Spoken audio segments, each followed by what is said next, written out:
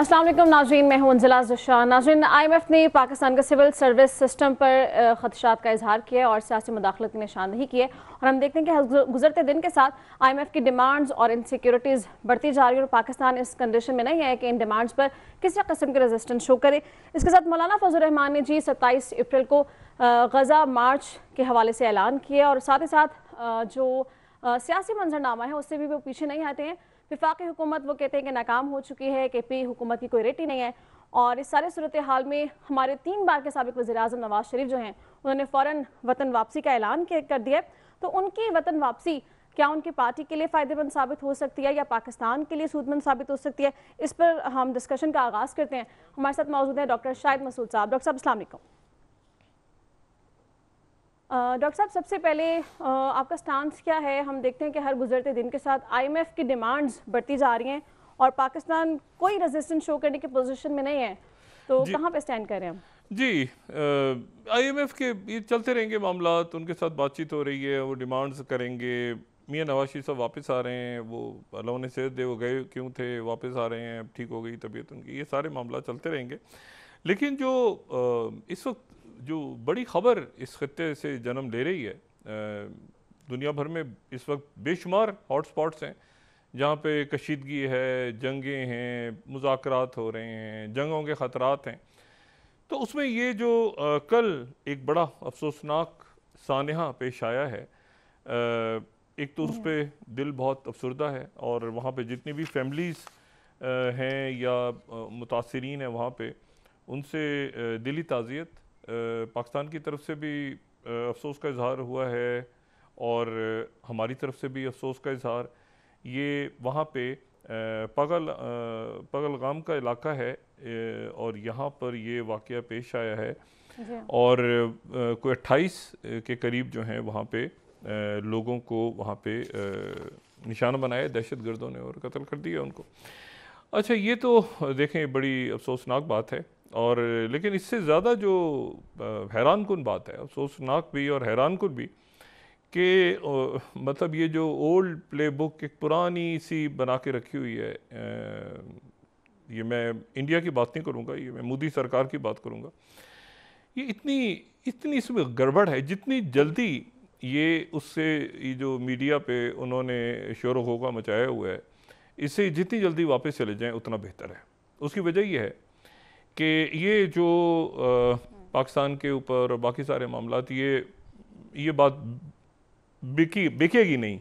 मतलब अगर तो बिल्कुल ही वो उन्होंने इसको कोई तहिया कर लिया कि पाकिस्तान पे कोई अटैक करना है, जंग छेड़नी, अदरवाइज़ ये स्टोरी बिकेगी नहीं। इसमें फ्लॉज बड़े हैं इसमें। ये कहानी जो है ना, ये कोई पिटी हुई फिल्म नहीं होती ये बिल्कुल। और मैं उसकी वजह, देखें अफसोसनाक सानिया पेश आया है, लेकिन उसमें हुआ क्या है। देखें, पहली बात तो ये है कि ये 400 किलोमीटर दूर है, ये जो लाइन ऑफ कंट्रोल है उससे, LOC से 400 किलोमीटर दूर है।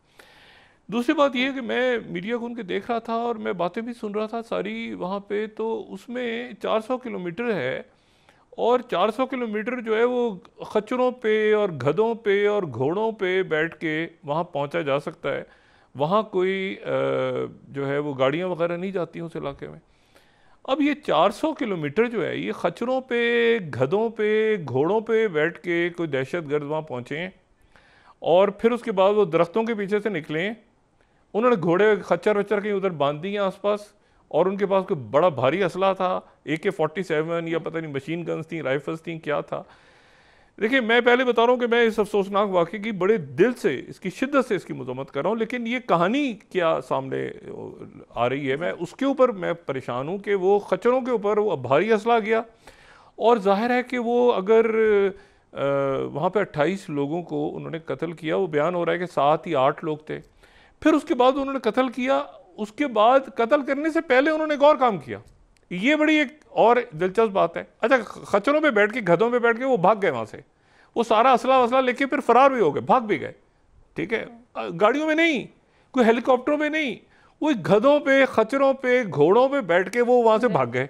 अच्छा, कोई पकड़ा नहीं गया, वो पूरी वहाँ पे फौज भी है, सब घोड़े गधे सारे भाग जाए, वो एक ही कतार में आगे पीछे वो खच्चर निकल के भाग गए सारे। अच्छा, फिर उसके बाद एक और इसमें जो सबसे बड़ी मेरा ख्याल है कि इन्होंने, इनके मीडिया से गुजारिश है और जो ओपिनियन बिल्ड कर रहे हैं उसमें जो इन्होंने अजीबोगरीब बात की है, ये कहते हैं कि जी वहाँ पे लोगों से पूछा दहशतगर्दों ने कि कलमा पढ़ के सुनाओ। यानी अब आप देखें इसको रंग क्या दे रहे हैं। दहशतगर्दी का कोई मजहब नहीं होता, दहशतगर्दी का कोई मजहब नहीं होता, लेकिन वहां कलर क्या दे रहे हैं कि उन्होंने, दहशतगर्दों ने, यानी वो उनके पास सब कुछ था, उनके पास रखी हुई थी, सारा ट्रेन थे सारे, लेकिन वो सबसे पूछ रहे हैं कि कलमा सुनाओ। अच्छा, जिसने कलमा सुना दिया उसको उन्होंने जाने दिया, फिर उसके बाद उनको बेलिबास भी किया। यानी एक मिनट, होल्ड ऑन, ये तो होता है ना थोड़ा सा इसमें कहानी जो भी बना रहे हैं मीडिया पे, उनसे गुजारिश है, इतना बड़ा सानिया पेश आया, इसको थोड़ा सा जरा हौला हाथ होता है ना। उनको फिर बेलिबास भी किया, बेलिबास करने के बाद फिर जिनको कुछ को कपड़े बना के भेज दिया, वो कौन से, तो और कुछ को मार दिया। ये कहानी का ये हिस्सा पूरा गायब है कि कितने लोग ऐसे थे जिनको बेलिबास करके और उनको दोबारा कपड़े पहना दिए और उनसे कहा कि तुम चले जाओ। और ये एक माजरत के साथ इनका मीडिया जो है ना, मैं अब क्या गुजारिश करूं, बड़े अच्छे और संजीदा वहाँ पे लोग मौजूद थे, अभी भी हैं, और वो जाहिर है उनको मेरे ख्याल से उन पे बैन लगा हुआ है, क्या हुआ वहाँ पर, कोई पीका आ गया है पता नहीं। अच्छा, वो अजीबोगरीब बात कर रहे हैं। यानी ये सारे लोग जो हैं, इनसे क्या कलमा पढ़ो, कपड़े उतारो, फिर कपड़े पहनाए कितनों को, वो उसको कुछ पता नहीं। वो एक आदमी जो है वो भागता हुआ जा रहा है, उसकी वीडियो आ रही है, वो भागता हुआ जा रहा है, मैं भाग रहा हूँ, वो क्या है, वो क्या हो गया भाई, वो दहशतगर्दी हुई है बिलाशुबा, वहाँ पे वाकया हुआ है, सर पैर कोई कहानी का कोई हमें भी तो बताएं क्या हुआ है। 400 किलोमीटर से, अच्छा अभी क्या होगा मैं आपको बताऊं, अभी वो पकड़ेंगे, अभी कुछ घेर लिया जाएगा, अचानक को खच्चर बरामद होंगे, क्योंकि पिट गई है ये नहीं 24 घंटे में, पता ही नहीं चला। हेलीकॉप्टर्स होते हैं ऊपर, आपके त्यारे आते हैं, देखते हैं नीचे पूरी आपकी रखी, मतलब पूरा देखते हैं भाई कहाँ भाग रहे हैं लोग, कौन से खच्चरों पे, दरख्तों पे चढ़ गए हैं, कोई भूत हैं, परिंदे हैं, कौन है। तो ये पिट गई कहानी, एक बात। दूसरी जो बात ये वाली इन्होंने की है ना कि कलमा पढ़ के सुनाओ, ये देखें, मतलब इस तरह दुख है मुझे इस स्टोरी के, इस एंगल पे ये जो उन्होंने स्टोरी दी है, इसका मतलब है ये इसको हिंदू मुस्लिम रंग दे रहे हैं इसको। देखिए ये बात ये है सारी, यानी हिंदू मुस्लिम रंग दे रहे हैं इसको। यहाँ पर उनसे कह रहे हैं कलमा पढ़ के सुनाओ, जिन्होंने कलमा पढ़ा उनको छोड़ दिया, जिन्होंने कलमा नहीं, इनको यानी इनके जो लोग हैं जो भी ये बना रहे हैं मंतरा, और ये उस वक्त बना रहे हैं जब वहाँ पे ये वक्फ बोर्ड का मामला चल रहा है, वहाँ पे कभी मतलब ये पहले ही। और मैं आपको ये बात देखें, कुछ उनके जाहिर है कि इतना खूबसूरत, मैं तो बहुत खूबसूरत मुल्क समझता हूँ भारत को, बड़े ज़बरदस्त लोग हैं वहाँ पे, लेकिन ये जो उनके मोदी साहब हैं, ये मोदी साहब, ये हमें जहन में रखना चाहिए कि मोदी साहब की सियासत में एंट्री, मोदी साहब के जो सबसे बड़े दोस्त हैं इस वक्त अमेरिका ही है, जाहिर है, उनके वाइस प्रेसिडेंट वहाँ पे जेडी वैंस थे। तो जेडी वैंस जो हैं उनको एक बात ज़रा जहन में रखनी चाहिए, जेडी वैंस को भी एक बात जहन में रखनी चाहिए, और उनको वो जाहिर है कि उनके नायब सदर हैं, तो वो ज़रा ये 41st स्लाइड वो मैं दिखा रहा हूँ, US डिपार्टमेंट ऑफ स्टेट की, ये 2005 में इन पे वीज़ा का बैन लगा था, ठीक है, और अमेरिका ने वीज़े का बैन लगाया था 2005 में, और 2005 में बैन इसलिए लगा था कि ये मुसलमानों के कत्ले आम में मुलव्विस थे, ठीक है, ये एक सवाल पूछा गया, उसका जवाब ये। अच्छा, तो बात ये है कि इनको वहाँ रोक दिया गया था। हमारे पास एक और भी शायद स्टेट डिपार्टमेंट का, एक और भी हमारे पास उस ज़माने का एलामिया है, इनको रोक दिया गया था स्टेट डिपार्टमेंट की जानिब से, ये tourist visa, business visa revoke किया गया था। अगर इसको देखें इस वाले को, तो इमिग्रेशन नेशनलिटी के, क्यों? क्योंकि इन्होंने जो है severe violation of religious freedom ineligible for a visa to US, ठीक है, और मिनिस्ट्री ऑफ एक्सटर्नल अफेयर्स ने रिक्वेस्ट की थी इनसे कि रिव्यू करें, डिसीजन रिवोक कर दिया था। और किस बात पे? कि इन्होंने कत्लेआम किया था। और फिर अगर मैं टाइम्स ऑफ, इनका मीडिया दिखा रहा हूँ, मैं अपनी तरफ से कोई बात नहीं कर रहा, Times of India 2005 42nd slide, no entry for Modi into US। Corruption पे नहीं, ये भी नहीं कि कोई गलती नहीं, इस बात पर कि इन्होंने वायलेशन की है रिलीजियस फ्रीडम की, कत्लेआम हुआ था गुजरात में। अब बात ये सारी कि इन्होंने, अच्छा फिर 2013 में जब ये इलेक्शन हो रहा था तो उसके बाद भी इंडियन एक्सप्रेस में दिखा रहा हूँ 43, Modi shall not be granted US visa. बड़ा फटा पड़ गया था कि इनको वीज़ा इशू ना किया जाए, वहाँ पे आने की इनको इजाज़त ना दी जाए।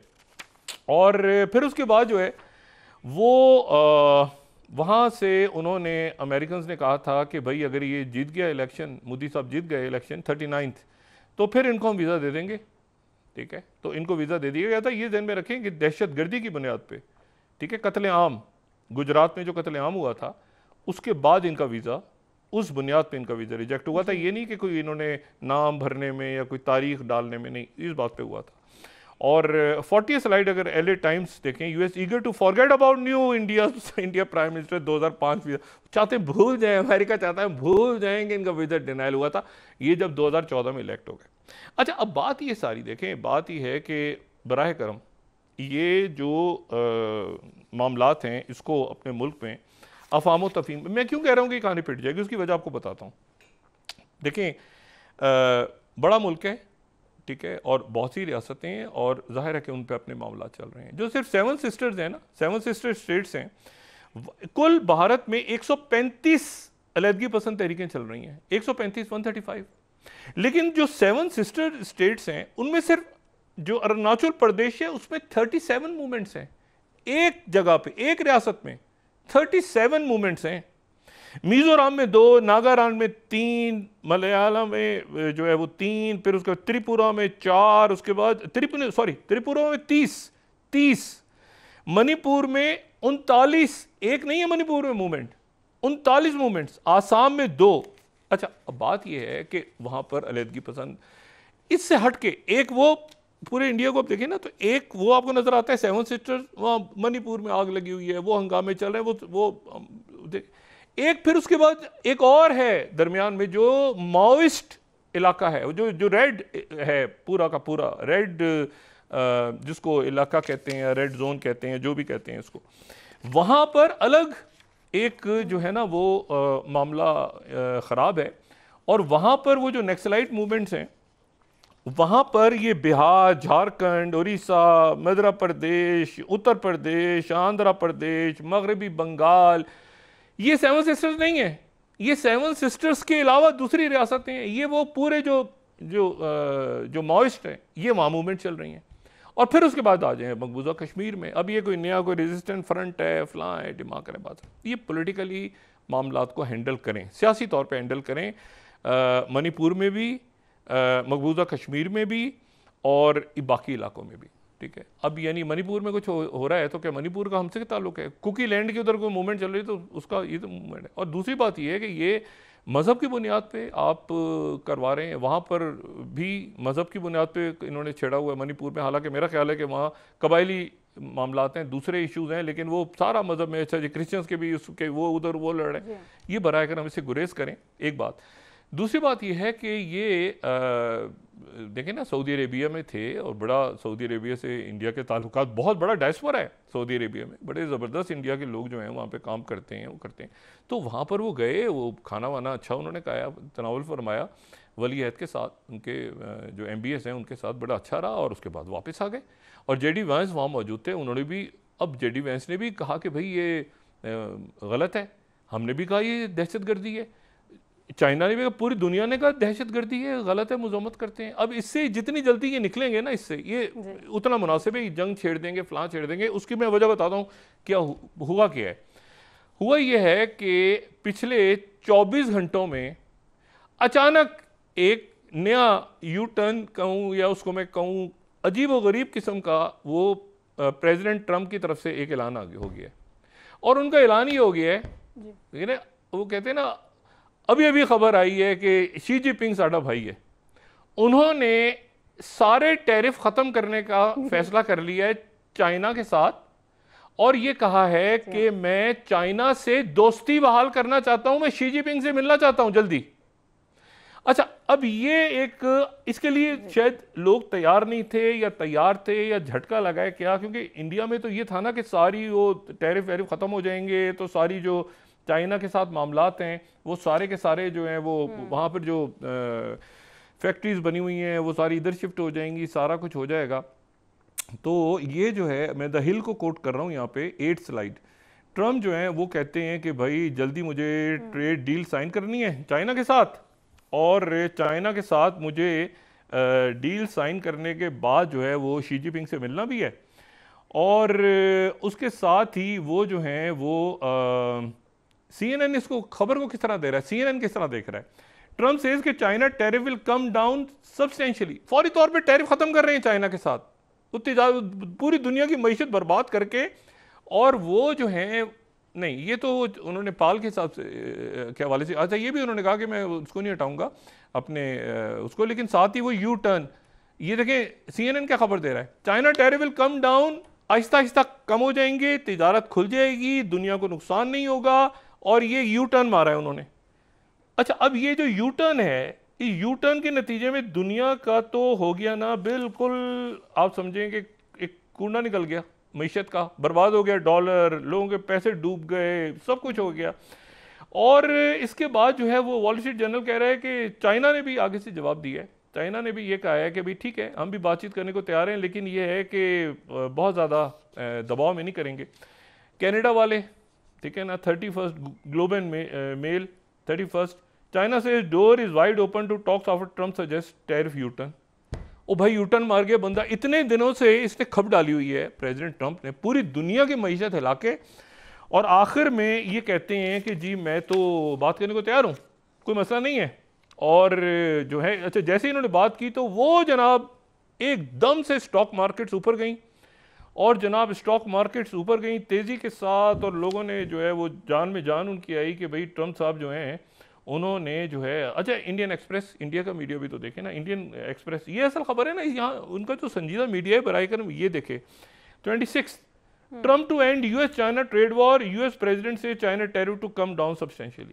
ठीक है ना, एंड कर रहे हैं, ट्रंप ने एंड करने का ऐलान कर दिया, वो नहीं लड़ सके, वो नहीं, चाइना कितने आगे से उनको जो जवाब दिया है चाइना ने कि हम तो लड़ने को तैयार हैं, तो वो उसके बाद जो है वो पीछे हट गए, वो कह रहे हैं कि मैंने शी जिनपिंग से मिलना है जल्दी।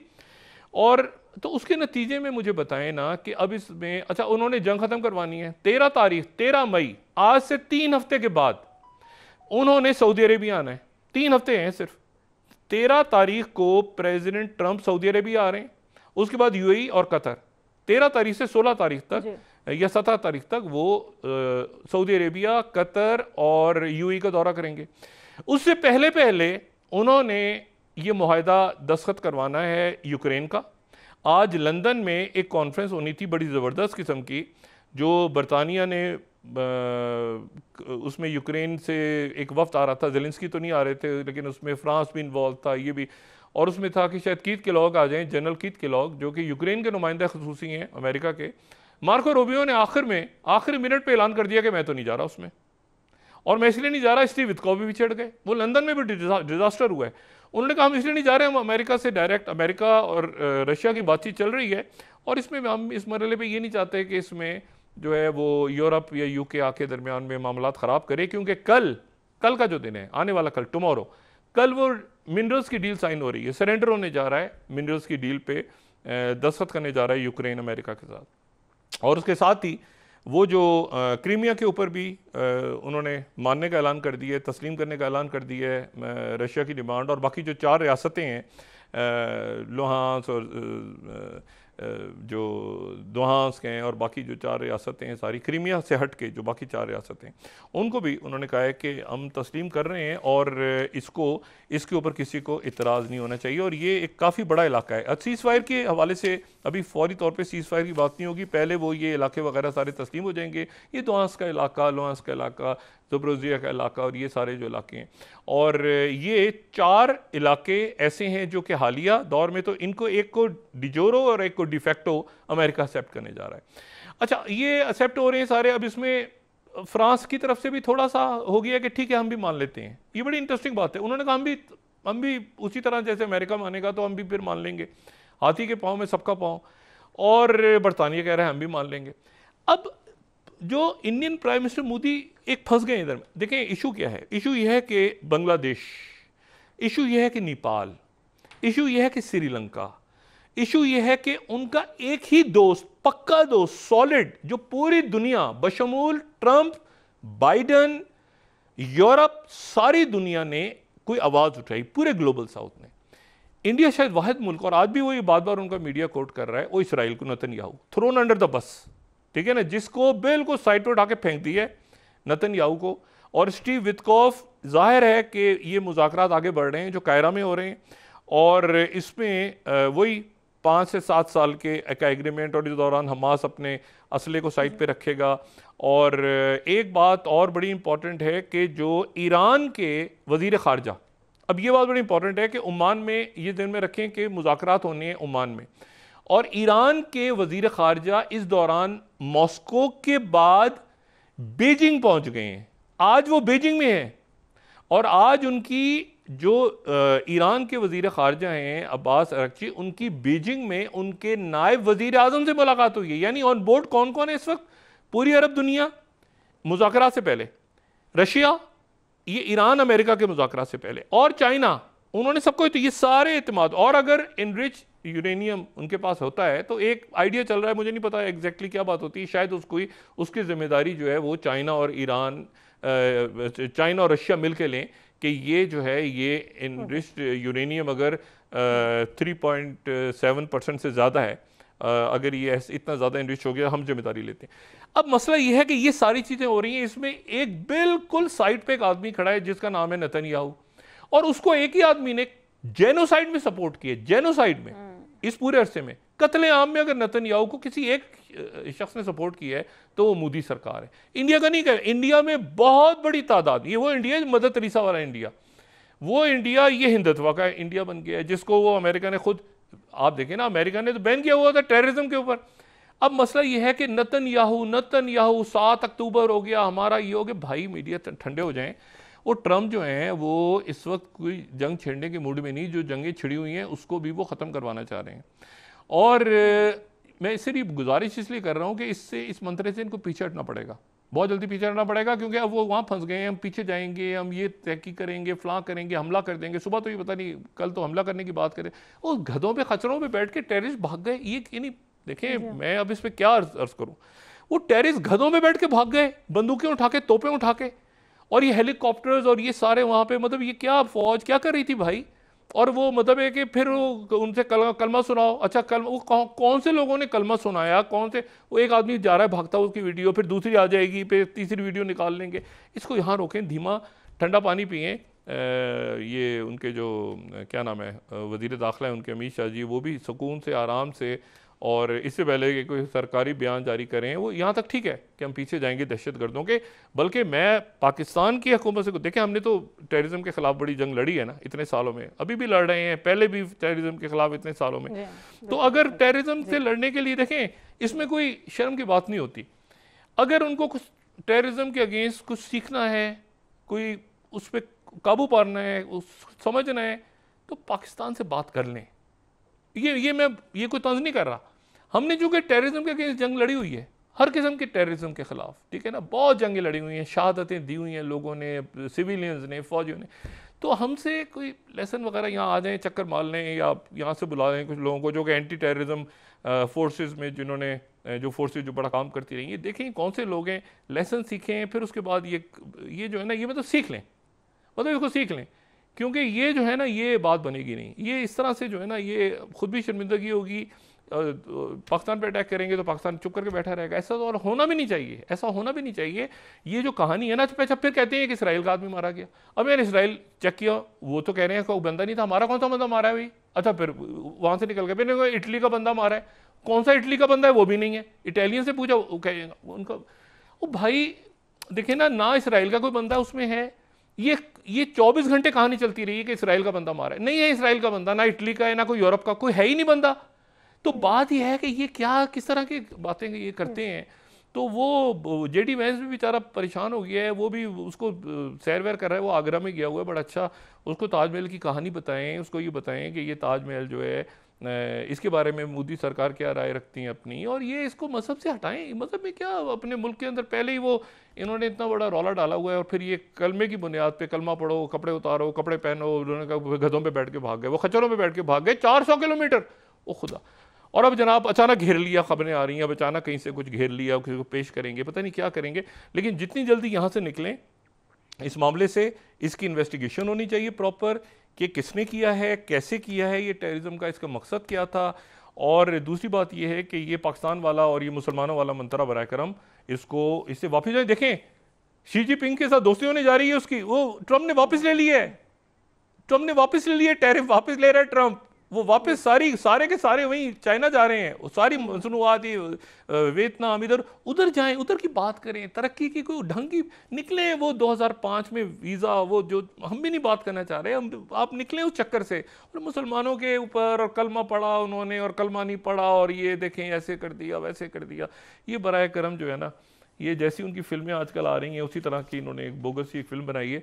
और मेरा ख्याल है कि ट्रम्प की तरह निकल जाए ना पतली गली से। वो ट्रम्प ने भी तो यू टर्न ले लिया फौरन कि मैं चाइना से फटा नहीं ले सकता, तो ये भी साइड पे निकल जाए। हाँ, और ये टेररिज्म के ऊपर एंटी टेरर, देखें एंटी टेररिज्म के ऊपर अगर इन्होंने लेसन लेना है ना, हमारे पड़ोसी हैं, हम मदद करेंगे इनकी, उस पर यहाँ से यहाँ आ जाए या हमारी टीम को बुला लें, और ये टेररिस्ट कैसे कहाँ से हो रहे हैं इसको सीखें, प्रॉपर सीखें इसको कि टेररिस्ट फोर्सेस से कैसे लड़ना है। जी ठीक है डॉक्टर साहब, अभी एक ब्रेक पे जाना है नाज़रीन, छोटे से ब्रेक के बाद आपको दोबारा ज्वाइन करते हैं। Stay with us.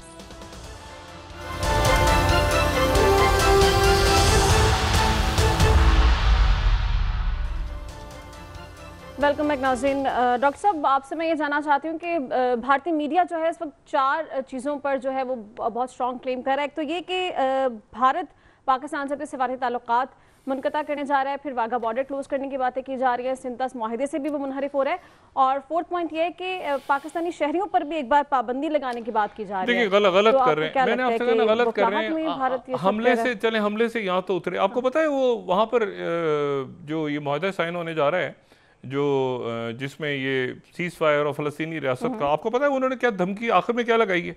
ये मैं कोट कर रहा हूँ, 33rd स्लाइड, TRT वर्ल्ड।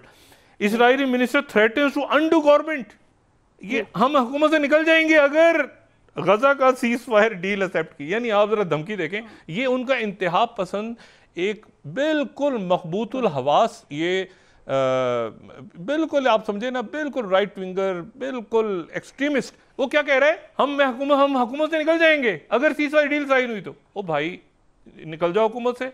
यानी ये, और बात ये है कि ये देखें सफारती ताल्लुकात ख़त्म करना, इससे ये मामले का हल नहीं। फिर उसके बाद ये कि ये सिंतास मुआहदा ख़त्म करना, ये बातें करना, ये इंटरनेशनल लॉ की खिलाफ वर्जी है। और ये चुनाव को तब्दील करते हैं, ये दरियाओं का रुख यहाँ से तब्दील करते हैं रावी की तरफ की, और तब मुझे नहीं पता क्या इनका क्या इरादा है। लेकिन ये कि उसके नतीजे में ये पूरा जो इलाका है, ये क्लाइमेट चेंजेस की वजह से यहाँ पे पहले ही सूरत हाल इन पहाड़ों पे बड़ी ख़राब है, और इसके ऊपर मुल्कों को मिल के बात करनी चाहिए। यहाँ जल्जलों के ख़तरे हैं, यहाँ ग्लेशियर पिघल रहे हैं, बाकी मामलात हो रहे हैं सारे।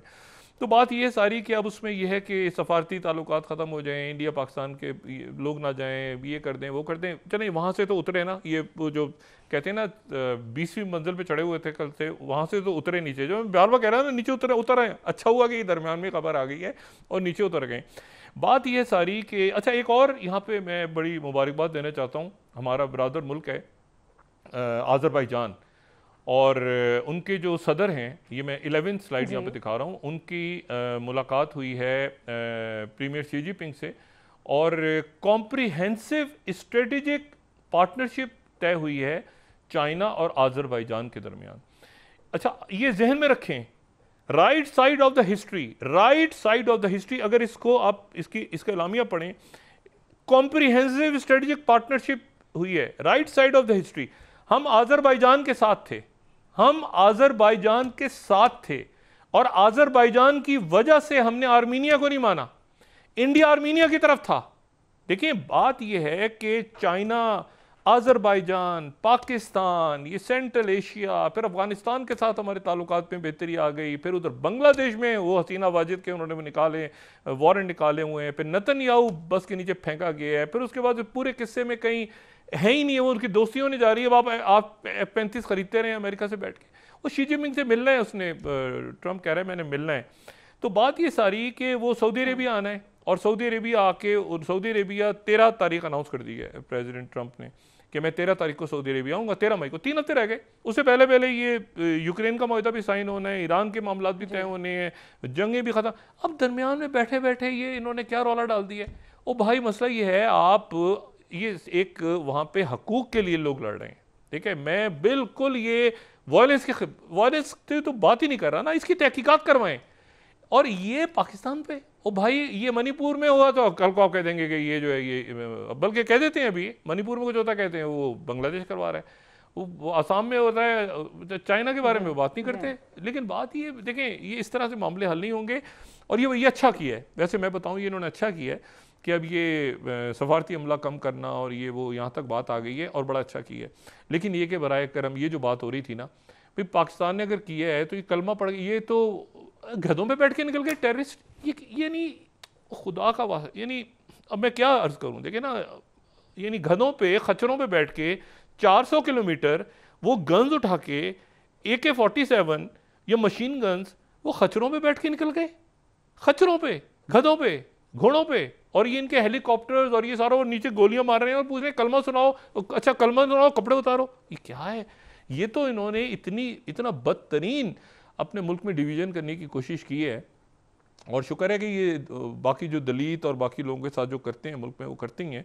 एक काम ट्रंप ने और बड़ा अच्छा किया है, और ट्रंप को उसके लिए दिल की गहराइयों से मुबारकबाद। दिल की गहराइयों से मेरी गुजारिश है कि बराए करम हमारा मुल्क भी ये ट्रंप ने जो किया है ना, ये ट्रंप ने जो काम किया है, ये मैं दस बदस्ता अपने अरबाब इख्तियार से गुजारिश कर रहा हूँ कि ये ट्रंप के इस काम को खुदा रहा पाकिस्तान में इसको फॉलो करें।